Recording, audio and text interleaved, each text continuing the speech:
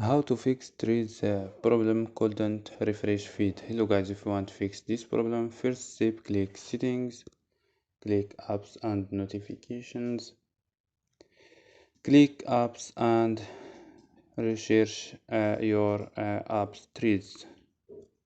After these steps, click force stop, click OK and go to storage, click clear data, OK and click clear cache. After these steps, don't forget to turn off your Wi-Fi and turn on your Wi-Fi. So don't forget like and subscribe. Bye.